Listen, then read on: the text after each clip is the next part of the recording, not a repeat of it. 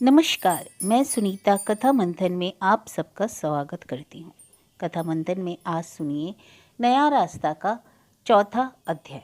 इसके आगे के अध्याय और क्वेश्चन आंसर आई बटन तथा एंड स्क्रीन पर मिल जाएंगे आप, और डिस्क्रिप्शन बॉक्स में भी मिल जाएंगे, आप वहाँ जा कर के चेक कर सकते हैं। तो शुरू करते हैं। अध्याय 4, लेखिका सुषमा अग्रवाल, नया रास्ता। मीनू के पिताजी की हालत काफ़ी नाजुक हो चली थी। डॉक्टर ने पूर्ण आराम के लिए कह दिया था। घर में आशा, रोहित, माँ तीनों ही उनकी सेवा में लगे रहते। उनकी यह हालत देखकर माँ बहुत विचलित हो उठी थी। जब माँ को मीनू व आशा का ख्याल आता तो वे बेचैन हो उठती। कौन करेगा इन दोनों की शादी? यदि उनके पिताजी को कुछ हो गया तो क्या होगा हम सबका? यदि आदि जैसे अनेक विचार माँ के मस्तिष्क में कौंध जाते। घर में सब मीनू की प्रतीक्षा कर रहे थे। पिताजी दवाइयों के नशे में चुपचाप लेटे रहते या सोते रहते, परंतु जब भी उन्हें होश आता तो मीनू को ही याद करते। बड़ी बेटी होने के कारण पिताजी को मीनू से विशेष स्नेह था। आसपास के लोगों को, जिनको भी पता चल रहा था, उनसे मिलने आ रहे थे। यद्यपि उन्हें बात करने के लिए मना किया गया था, फिर भी सब उनकी बीमारी को सुनकर उनसे मिलने आते रहते। इस प्रकार उन्हें पूर्ण आराम नहीं मिल पा रहा था। सुबह के 9 बजे थे। मेरठ से पहली बस आने का समय हो गया था। सभी की नज़र दरवाजे की ओर थी। सभी को मीनू के आने का इंतजार था। तभी पिताजी ने थोड़ी सी आंखें खोली और मंद आवाज में बोले, मीनू बेटी नहीं आई अभी तक?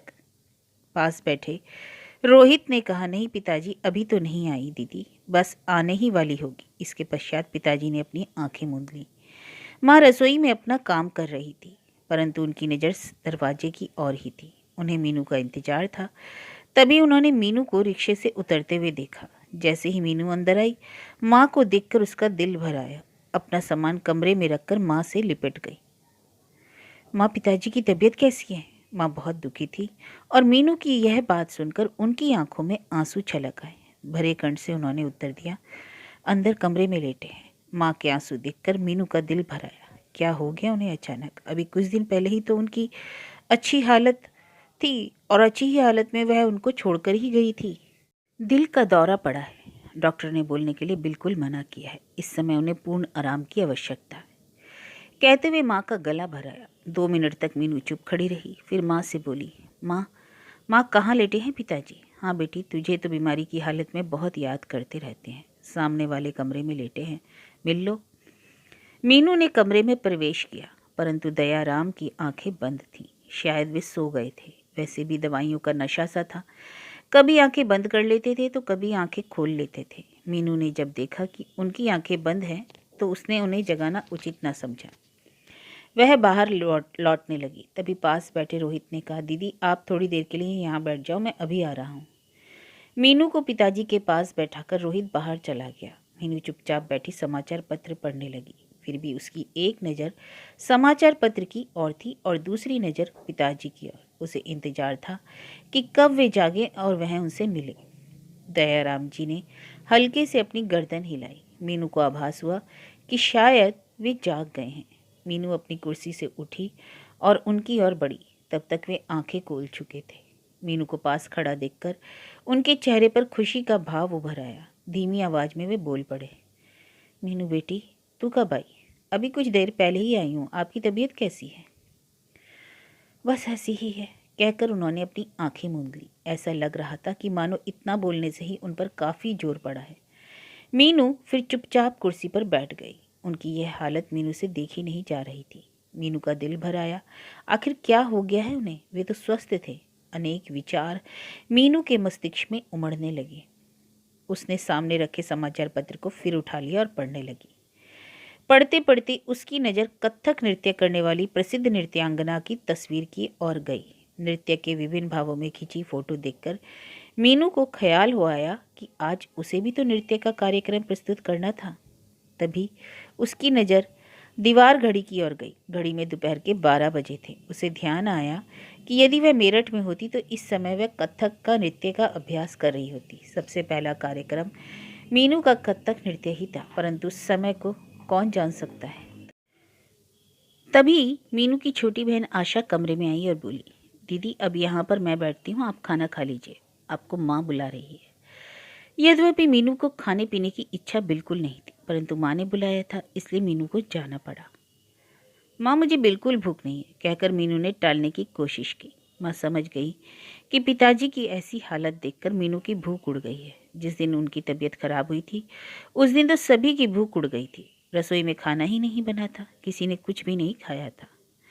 माँ ने मीनू को समझाते हुए कहा, बेटी खाना खा लो, खाना नहीं खाओगी तो पिताजी की सेवा कैसे कर पाओगी, रात दिन तो जागना होता है उनके साथ।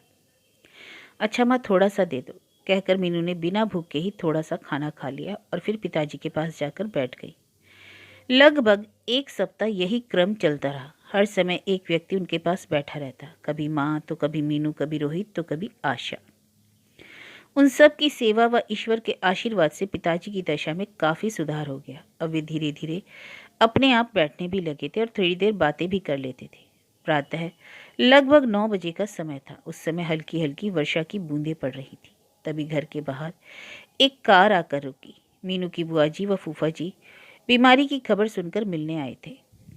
बुआ जी और फूफा जी सीधे पिताजी के कमरे में पहुंचे। पहले उन्होंने भैया से कुशल क्षेम पूछी और फिर इधर उधर की बातें करनी शुरू कर दी। पास बैठी मीनू को लगा कि पिताजी से इतनी बातें नहीं हो पाएंगी और उनका इतना बातें करना उचित भी नहीं, क्योंकि उनके साथ पिताजी को भी बोलना पड़ रहा था और उन्हें डॉक्टर से ने अधिक बातें करने के लिए मना किया था। एक बार मीनू के मन में आया कि बुआ जी से कह दे कि इतनी बातें ना करें, डॉक्टर ने इन्हें आराम के लिए कहा है, परंतु उनके बड़े होने की शर्म करके वह कुछ ना बोली। बुआ जी वहाँ बैठी बैठी अपने पड़ोसी की बातें सुनाती रहीं। फूफा जी बार बार इशारा करके उन्हें चुप कराने की कोशिश करते रहे, परंतु वे वहाँ चुप होने वाली तो ना थी। वे लगातार बोलती ही रहीं। अब मीनू से चुप ना रहा गया। मीनू बोल ही पड़ी, बुआ जी आपको सफ़र की काफ़ी थकान होगी, आप थोड़ा सा खा पी लीजिए, इतनी देर में पिताजी भी थोड़ा आराम कर लेंगे। यह बात सुनकर बुआ जी को उठना ही पड़ा। अच्छा बेटी लो, कहकर बुआ जी वहाँ से उठ गई और साथ ही फूफा जी भी उठ गए। अगले दिन बुआ जी वापस आने के लिए तैयार हो गई, क्योंकि फूफा जी को अपनी फैक्ट्री में एक आवश्यक काम था। तैयार होने के बाद बुआ जी माँ से बोली, चलते चलते अपने भैया से कुछ बात तो कर लूँ। यह कहकर वे फिर पिताजी के कमरे में पहुंची। पिताजी उस समय जाग रहे थे। वे उनसे जाकर बोली, देख भैया मैं तो अब दिल्ली वापस जा रही हूँ, परंतु अपनी एक सलाह तुझे अवश्य देना चाहूँगी। हाँ बहन जी, कहो ना, क्या कहना चाहती हो। देख तेरी तो भाई दो दो जवान बेटियां हो रही हैं, अब उनकी शादी कर दे। क्या उन्हें पढ़ाने के चक्कर में लगा है? तेरी तबीयत भी ऐसी ही रहती है। कहकर पिताजी ने गर्दन हिलाई और चुप हो गए। भैया मैं सच कह रही हूँ, जवान बेटियों की तो बड़ी भारी जिम्मेदारी होती है। इनकी शादी हो जाएगी तो तुझे कम से कम एक छुट्टी तो मिल जाएगी। फिर रह गया रोहित, वह तो रहा लड़का, उसकी कोई ऐसी बात नहीं। बुआ जी ने बहुत विश्वास के साथ कहा, सो तो ठीक है भैया, पर देखना तो पड़ेगा लड़का, शादी के बाद तुम्हारी जिम्मेदारी कम हो जाएगी। कहकर बुआ जी अपने भैया से विदा लेकर बाहर निकल आई और कार में बैठ गई। माँ, मीनू, रोहित, आशा सभी बुआ जी फूफा जी को कार तक छोड़ने बाहर गए। उनको विदा करने के पश्चात अंदर आकर देखा तो पिताजी गहरी चिंता में डूबे थे। बुआ जी की बात सुनकर वे अपनी दोनों बेटियों की चिंता में पुनः डूब गए। मीनू भी एमए करने के बाद वकालत पढ़ रही है और फिर आशा भी तो बीए कर चुकी है। अभी वे इन्हीं विचारों में ताल्लीन थे कि माँ ने कमरे में प्रवेश किया। उन्हें देखकर वे बोले, मीनू की माँ, यदि मुझे कुछ हो गया और मीनू और आशा की शादी कैसे करोगी तुम? रोहित तो लड़का है, उसकी शादी की मुझे इतनी चिंता नहीं। उनकी बात बीच में ही काटते हुए माँ बोली, आप ऐसा क्यों सोचते हैं, आपको कुछ नहीं होगा। नहीं मीनू की माँ, जब मौत आती है तब किसी की नहीं चलती, उस समय सब देखते रह जाते हैं। माँ उनकी बात सुनकर बहुत उदास हो गई थी और उदास स्वर में ही बोली, आपको क्या हो गया है आज, कैसी बहकी बहकी बातें कर रहे हैं आप? नहीं, तुम मेरी मन स्थिति नहीं समझ सकती हो। मैं दो दो बेटियों का पिता हूँ, जब तक इन दोनों के हाथ पीले ना कर दूँ तब तक मैं चैन से मर भी नहीं सकता। उन्होंने खांसते खांसते इस वाक्य को पूरा किया। आप इन दोनों की शादी करना चाहते हैं, परंतु लड़के एकदम कहाँ मिल जाएंगे? अच्छे लड़कों का मिलना भी तो आसान नहीं, और जब लड़के अच्छे मिलते हैं तो लड़कियों में कमी निकाल देते हैं। कहते कहते माँ भी उदास हो गई। लड़के तो देखने ही पड़ेंगे, फिर अपनी मीनू को तो समझा लो, वह शादी के लिए तैयार होगी तभी तो। माँ ने उनकी बात का उत्तर देते हुए कहा, मीनू से बात करनी ही पड़ेगी। वैसे वह अभी वकालत में पढ़ रही है, उसका शादी के लिए तैयार होना असंभव है। पिताजी को कुछ विश्वास सा था, उनकी इस हालत को देखकर मीनू शादी के लिए तैयार हो जाएगी। उन्होंने मीनू को बुलाने के लिए कहा। माँ ने मीनू को आवाज़ लगाई, मीनू बेटे इधर तो आओ जरा। मीनू ने बाहर से ही उत्तर दिया, माँ अभी आई। मीनू ने कमरे में प्रवेश किया तो दयाराम जी ने उसे पास में पड़ी कुर्सी पर बैठने के लिए कहा। उन्होंने मीनू से कहा, मीनू तुम मेरी बड़ी बेटी और काफ़ी समझदार हो, मैं कुछ बात करना चाहता हूँ। जी पिताजी कहिए, आप क्या कहना चाहते हैं? बेटी मैं चाहता हूँ कि तुम अब शादी कर लो, फिर आशा की शादी भी करनी है। बेटी यदि मुझे मौत भी आई तो तुम्हें इस हालत में छोड़कर मैं चैन से मर भी ना सकूंगा। नहीं पिताजी, आप ऐसी बात मत कीजिए, ईश्वर की दया से आपको कुछ नहीं होगा। कहते कहते मीनू की आंखों में पानी भर आया। बेटी मैंने तुमसे शादी की बात पूछी थी, तुम्हारी क्या इच्छा है? पिताजी आप तो जानते हैं कि मैं अब वकालत पढ़ रही हूँ। 3 साल का कोर्स है, 1 साल पूरा होने वाला है, 2 साल और बाकी हैं। यदि मैंने शादी कर ली तो क्या मेरी पढ़ाई पूरी हो सकेगी? पास बैठी माँ बोली, मीनू पढ़ाई तो शादी के बाद भी हो सकती है। यदि तुम में पढ़ाई के प्रति रुचि है तो तुम बाद में भी पढ़ सकती हो। पर माँ मैं अपने जीवन का एक उद्देश्य बनाकर चली हूँ। मुझे जिस मंजिल की तलाश है उस तक पहुँचने के लिए बहुत परिश्रम व यत्न की आवश्यकता है। यह सब शादी के बाद संभव ना हो सकेगा। मीनू बेटे तुम्हें वकालत पूरी करने में 2 वर्ष से अधिक लगेंगे, उसके बाद तुम्हारी शादी होगी। तुम्हारी शादी के बाद आशा के लिए लड़का देखेंगे, इसमें तो बहुत समय लग जाएगा। माँ तुम मेरे कारण आशा की शादी क्यों रोक रही हो? आशा के लिए कोई अच्छा वर देखकर उसकी शादी कर दो। यह बात सुनकर पिताजी से रुका ना गया। वे बोले, मीनू बेटी ऐसा कैसे हो सकता है कि बड़ी बेटी को छोड़कर पहले छोटी की शादी कर दे? ऐसा करने के लिए क्या हमारा दिल गवाही देगा? जो बात उचित हो उसे करने के लिए दिल हमेशा ही गवाही देता है। मैं जिस उद्देश्य को लेकर चल रही हूँ, क्या मैं उसे बीच में ही छोड़ दूँ? यदि मैं पढ़ाई बीच में छोड़कर शादी कर लूँ तो क्या आपका दिल आपको गवाही देगा इस काम के लिए? नहीं पिताजी, नहीं, इस काम के लिए ना आपका दिल गवाही देगा और ना ही मेरा। मैं जिस मंजिल पर पहुंचना चाहती हूं उस पर पहुंचने के बाद मेरे साथ साथ आपको भी बहुत प्रसन्नता होगी। अब आप ही बताइए मुझे क्या करना चाहिए? मीनू ने पिताजी की ओर देखते हुए कहा। उसकी यह बात सुनकर माँ ने व पिताजी दोनों ही चुप रह गए। उनकी समझ में नहीं आ रहा था कि क्या निर्णय लिया जाए। तभी मीनू बोल पड़ी, आप आशा के लिए अच्छा सा लड़का देखकर उसकी शादी कर दीजिए और मेरी शादी की चिंता ना कीजिए। यह कहकर मीनू वहाँ से उठकर बाहर आ गई। मीनू को मीरापुर आए 1 सप्ताह से अधिक हो गया था। उसकी पढ़ाई का काफ़ी नुकसान हो गया था। वैसे भी अब पिताजी की तबीयत ठीक सी हो चली थी, बस थोड़ा आराम बताया था। इसलिए मीनू ने सोचा कि अब उसे मेरठ चले जाना चाहिए। सायंकाल का समय था। माँ रसोई घर में व्यस्त थी। मीनू ने सोचा कि कल मेरठ वापस जाने के लिए इस समय माँ से बात कर लेनी चाहिए। वह माँ के पास जाकर खड़ी हो गई। कुछ देर माँ को काम करते देखती रही, फिर माँ से बोली, माँ यदि आप कहें तो कल मेरठ चली जाऊँ।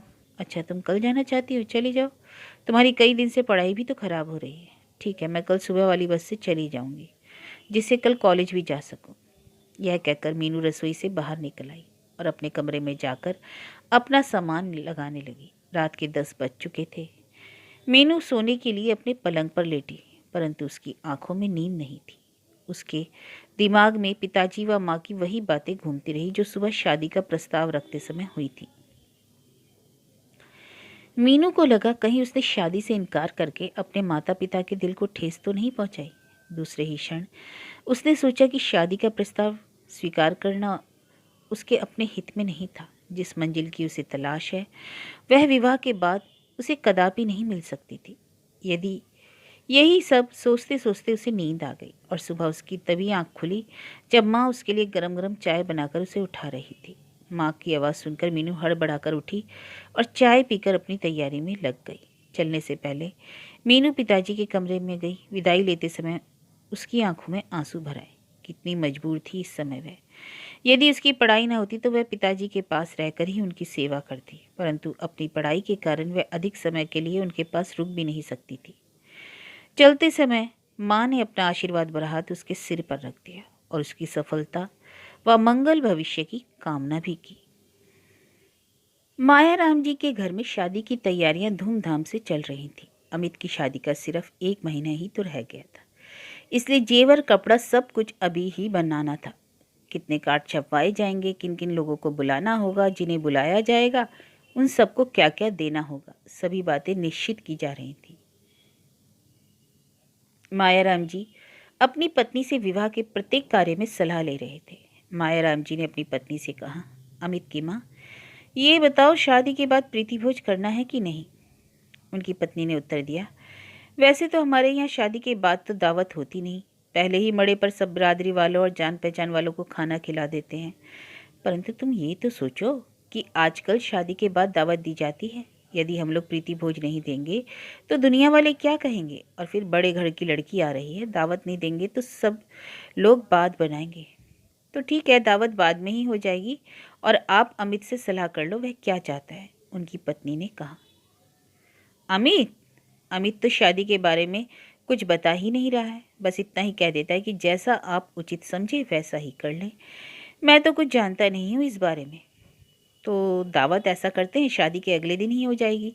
पर ये बताओ कि बहू के लिए जेवर कपड़ा क्या क्या खरीदना है। देखो अमित की माँ, मायाराम जी ने उनकी बात का उत्तर देते हुए कहा, 2 सेट और 4 कंगन सोने के चढ़ा देंगे। उनकी पत्नी को इतना जेवर कम लगा, इसलिए एकदम बोल पड़ी, बस इतने ही गहने चढ़ाओगे? एक अकेला ही तो बेटा है, इकलौती बहू के लिए इतना जेवर कम है। हमारे समय में तो 1-1, 2-2 किलो सोना चढ़ाया जाता था। तभी मायाराम जी गुस्से में बोल पड़े, 1 किलो सोना चढ़ाने की बात करती हूँ? 1 किलो सोने के जेवर पता है कितने रुपयों के आएंगे? कम से कम 2.5 लाख रुपयों के। कहाँ से आएगा इतना पैसा? उनकी पत्नी 2.5 लाख रुपए का नाम सुनकर चौंकी और बोली, कितनी महंगाई बढ़ गई है आजकल, बताओ, पैसे की तो कोई कीमत ही नहीं रही है। कुछ देर सोचने के बाद बोली, अच्छा तुम एक काम करो, जितना तुम खरीद सकते हो उतना खरीद लो, कुछ सोना मैं अपने पास का दे दूंगी। सरिता के लिए नए फैशन के जेवर उस सोने के बनवा देना। तुम अपना सोना दोगी चढ़ाने के लिए? नहीं नहीं, अपने बुढ़ापे के लिए रखो अपना सोना, मायाराम जी ने उन्हें समझाते हुए कहा। मैं क्या करूंगी इस बुढ़ापे में जेवरों का? बुढ़ापे में कोई जेवर पहनकर थोड़ी ना सजूंगी, वैसे भी सब बहू बेटे के ही तो काम आएगा। तुम बड़ी ना समझो अमित की माँ, बुढ़ापे में यदि अपने पास कुछ होता है तो सेवा भी अच्छी हो जाती है। कम से कम बच्चों को जेवर पैसों का तो लालच ही रहता है।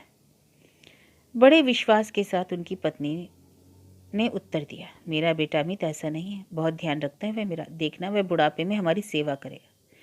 तुम अपने बेटे के बारे में जानती हो, परंतु आने वाली बहू के बारे में नहीं। यदि बहू तेज हुई तो बेटा क्या करेगा? मायाराम जी की बात उनकी पत्नी की समझ में कुछ कुछ आई। वह बोली, हाँ यह बात तो सही है, ठीक है, जितना जेवर तुम खरीद सकते हो उतना ही चढ़ा देना। पर हाँ, एक बात का ध्यान रखना, बड़े घर की लड़की आ रही है, थोड़ा ज़्यादा जेवर ही खरीद लेना। कम जेवर चढ़ाएंगे तो हमारी नाक नहीं कटेगी। नाक? नाक किस बात में कटेगी? जितना पैसा अपने पास होगा उतना ही जेवर चढ़ाएंगे। ठीक है, अच्छा यह बताओ कि साड़ियाँ कितनी खरीदनी है? 11 साड़ियाँ चढ़ा देंगे बहू को, बस 11? अरे कम से कम 21 साड़ियाँ तो चढ़ानी ही चाहिए। तुम अपनी बदनामी कराओगे क्यों? इतने बड़े घर में बेटे का रिश्ता किया है, बड़े घर की लड़की को चढ़ाना तो अच्छा ही पड़ेगा। धनीमल जी भी तो 5 लाख रुपया लगा रहे हैं, 5 लाख में तो अच्छे से अच्छा सामान देंगे। मायाराम जी कुछ उत्तेजित से होकर बोले, वे चाहे कुछ भी दें, हमने उनसे कुछ कहा नहीं, ना ही हमने उनसे कुछ मांगा है। उन्होंने स्वयं इतना पैसा शादी में लगाने के लिए कहा है, और जहाँ तक हमारी ओर से शादी में चढ़ाने की बात है, हमारे पास जितना होगा उतना ही जेवर कपड़ा चढ़ाएंगे। मायाराम जी के उत्तेजित होकर बोलने से अमित और उसकी छोटी बहन भी कमरे में आ गए। उन्हें लगा ना जाने किस बात पर पिताजी इतने उत्तेजित हो गए हैं। अमित की माँ उठकर बाहर चली गई। मायाराम जी ने अमित और मधु को अपने पास बैठाया और उनसे कार्ड छपवाने की सलाह लेने लगे।